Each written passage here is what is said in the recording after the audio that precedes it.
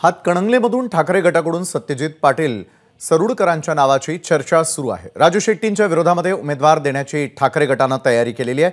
सत्यजित पाटील सरुडकरही लोकसभा लढवण्यासाठी इच्छुक आहेत। याच संदर्भात अधिक माहिती घेऊयात आमचे प्रतिनिधी विजय केसरकर यांच्याकडून। विजय, हातकणंगलेमधून ठाकरे गटाकडून सत्यजित पाटील सरुडकरांच्या नावाची चर्चा सुरू झालेली आहे। काय नेमकं त्या ठिकाणी सुरू आहे? कशा प्रकारे उमेदवार दिला जाणार आहे?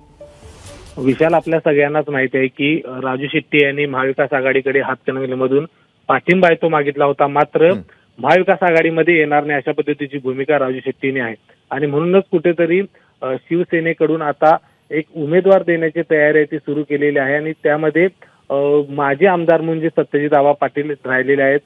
2 वेळेचे ते आमदार राहिलेले आहेत या सगळ्या मतदारसंघामधून आणि म्हणून कुठेतरी त्यांच्या नावाची चर्चा सुरू झाली। त्यांनी देखील याला सकारात्मक प्रतिसाद दिलेला आहे। जर उद्धव ठाकरे यांनी हातकणंगलेमधून लोकसभा लढवण्याचे आदेश दिले तर त्यांचा आदेश कदापि मोडणार नाही।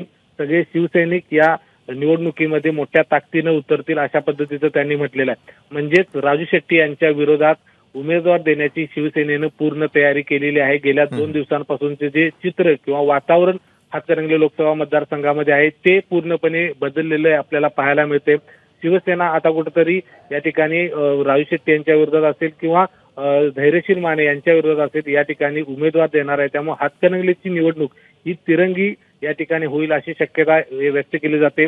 कारण सांगलीमधले 2 विधानसभा मतदारसंघ हातकणंगले लोकसभा मतदारसंघामध्ये आहेत आणि त्याची जबाबदारी जयंत पाटील यांनी जर घेतली असेल तर मात्र या ठिकाणी ही निवडणूक आहे ती प्रचंड अतितटीची होणार आहे। नक्कीच धन्यवाद विजय, आपण दिलेल्या सविस्तर माहितीसाठी।